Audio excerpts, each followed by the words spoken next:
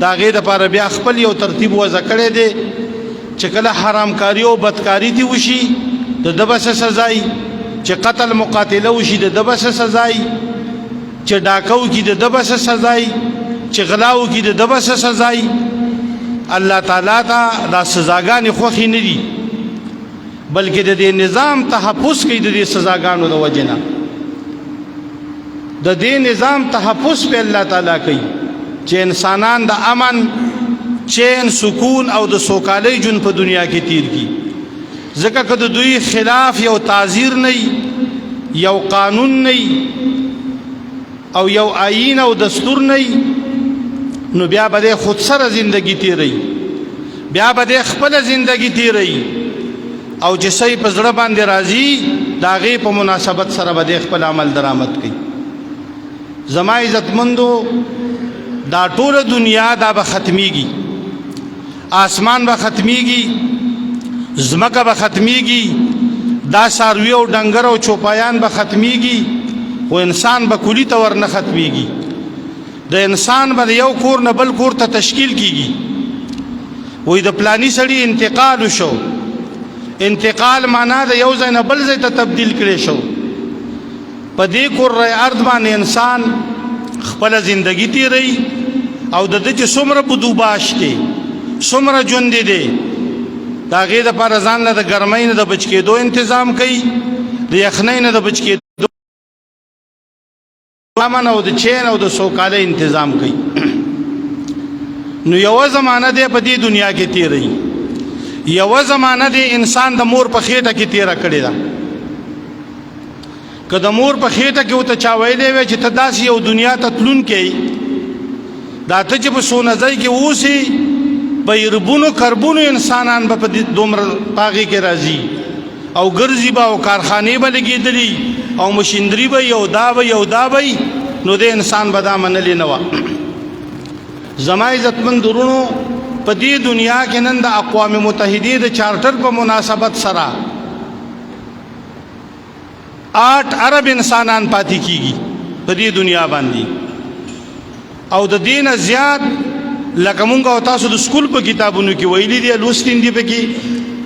چې په دنیا کې 11 سیارې دي او د ځمکه د ټولو نه وړه سیاره ده. دغسې دا نور چې مونږ او تاسو ته ښکاري دا د اور سمندر دی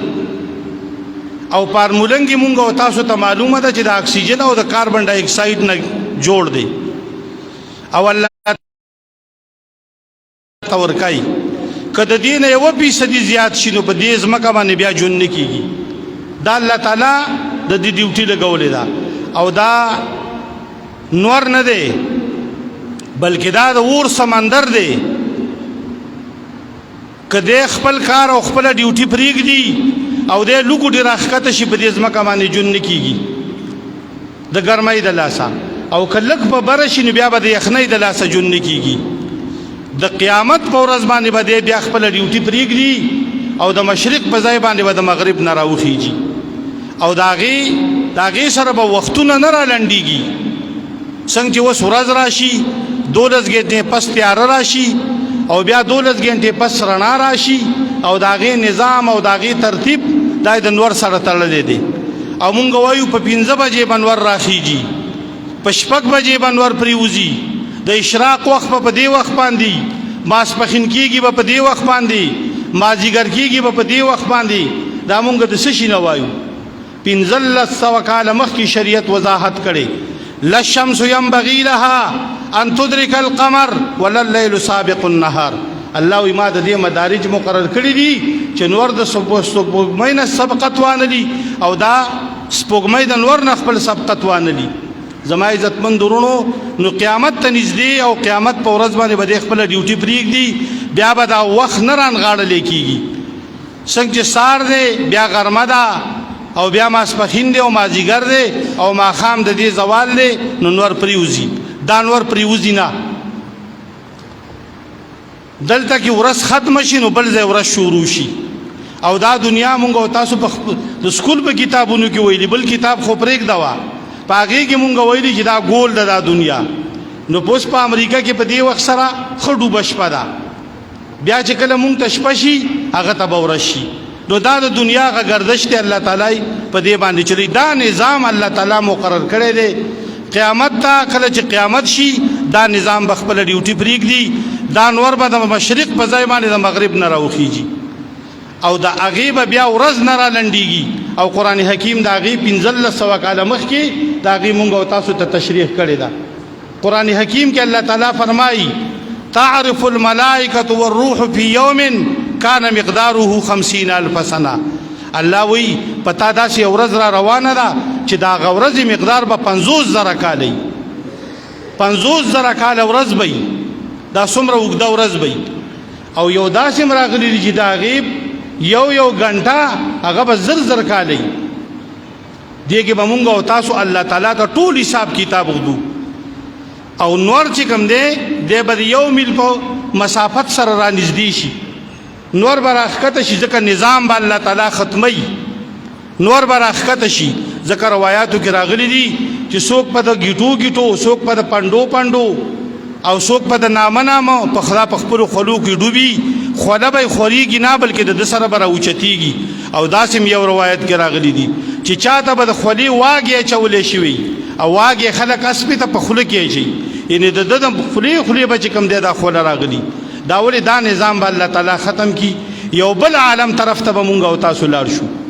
زما عزتمند ورونو دا په کم کورای ارض باندې په ځمکه باندې چې ووسو دا د انسان د بدوباش لپاره پیدا کړی چې دا انسان په خپل ژوند کې دا انسان په خپل ورځ شپې تیری کی او چې کله انسان د ځمکې نه لاړ شي بیا اسمان ته حاجت نشتا دا مونږ او تاسو ته چې په نظر راځي دا اسمان نه دی دا حد نگاه ده دا د سترګو برا دغه ختم شي لیدل ختم شي نو مونږ او تاسو ته داسې یو شین شی په نظر راشي او ګوره په جازونو کې تاسو ټولو خلکو اکثریت سفر کړی دی چې په بار باندې وخیږي نو بیا د اسمان دا منظر د ازمکه پیش کړي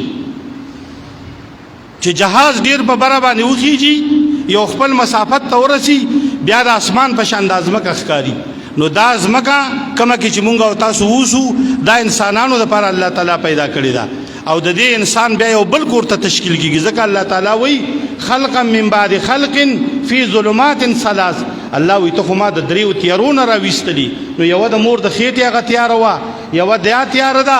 یو په قبر کې ستا یو ژوند د دې تیارې نه به مونږ او تاسو الله تعالی روباسي او چې کله په قبر کې خودلې شي نو بیا بسو بل یو دنیا شروع شي روایتو کې راغلي آتاه ملکان یو دو فرشتي به انسان لراشي او د دنه بعد درې ته پوسه کوي من ربک استا رب څوک دی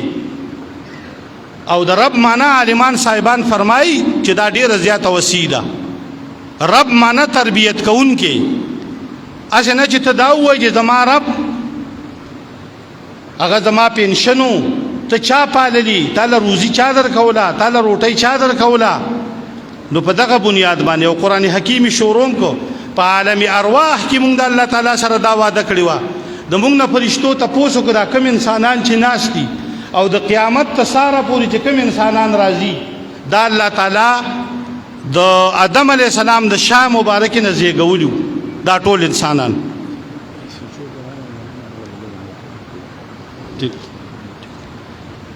دا ټول انسانان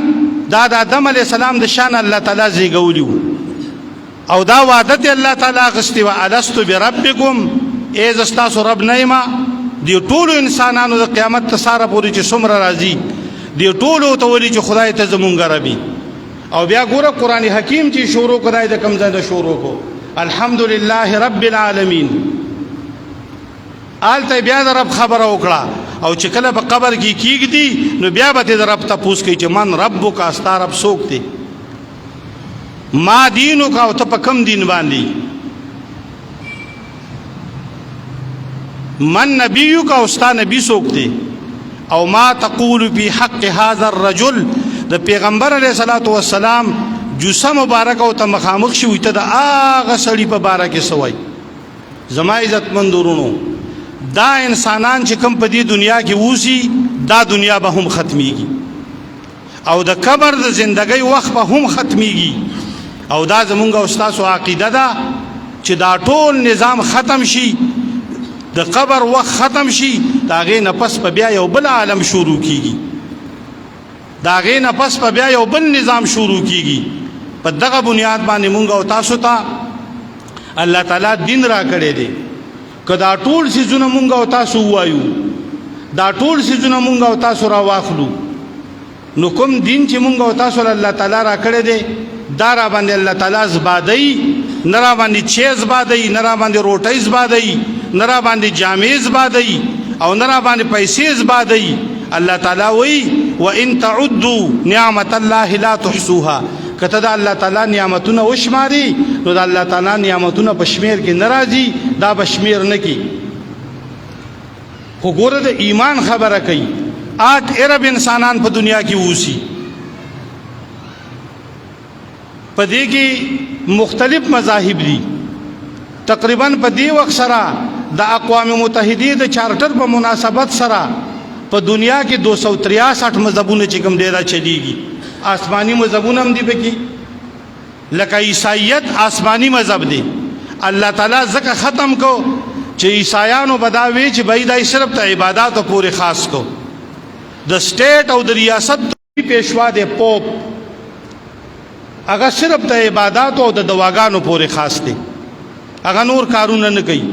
نو الله تعالی هغه نظام ختم کو او بل یو نظام الله تعالی ورکو او دا کم دین چې مونږ او تاسو الله تعالی را کړی دی نظام حیات دی دا دې لپاره نه دی راغلی چې دا به مغلوبي دا دې لپاره دا راغلی دی چې دا به په تمامو دینونو باندې غالبي یظهره علی الدین کله دا به په ټولو دینونو باندې دا حاوی نن په دنیا کې یو بل پراپګاندا روانه ده هغه دا چې د دنیا مقتدر قوتونه راغون شو او په فرانس کې غوی یو اجلاس وکړو او غوی د مذهبونو جایزه واغستا او هغه نوم لیکي خو دا بین المذاهب کانفرنس دی چې هماهنګي په مذاهب په منځ کې څنګه پیدا کیږي پاغه کې دا وی چې په دنیا کې ډېر ازمونه چلیږي د اسلام په شکل کې یو نظام چلیږي دا غوی خپل یو کرتب او کردار دی د عیسایت په شکل کې چلیږي دا غوی خپل یو کرتب او کردار دی د خلکو لوکل مذهبونه دي چې چا د ځانه جوړ کړی دي دا غوی خپل یو کرتب او کردار دی د يهودیت خپل یو کرتب او کردار دی نو په دغه بنیاد باندې هغه راغون شو یو اجلاس وکړو چې د ټولو د دنیا د انسانانو لا د دوی احساسات یو شان دي د دوی ضرورت یو شان دي د دوی ژوند او بدوباش یو شان دي په کوم ځای کې چې څوک په میاخان کې په کوم خبره باندې خوشحاليږي نو په امریکا کې مغه په هغه خبره باندې خوشحاليږي او چې په فرانس کې څوک په کوم خبره باندې خوشحاليږي نو په میاخان کې خلک په هغه خبره باندې خوشحاليږي او چې د میاخان کې د چا یخني او ګرمي کیږي نو په امریکا کې دا غوي ګرمي او یخني کیږي نو د ټولو دنیا احساسات یو شان دي نو د دوی لپاره نظام هم یو شان پکار دی د ټولو دنیا د انسانانو لپاره یو نظام پکار دی او هغه نظام لینوم کې خو سیکولریزم هغه نظام لینوم کې خو چې د ټولو دنیا د انسانانو به یو دینی او هغه لینوم کې خو د سیکولریزم الحمدلله ترور را ته خو ولیدا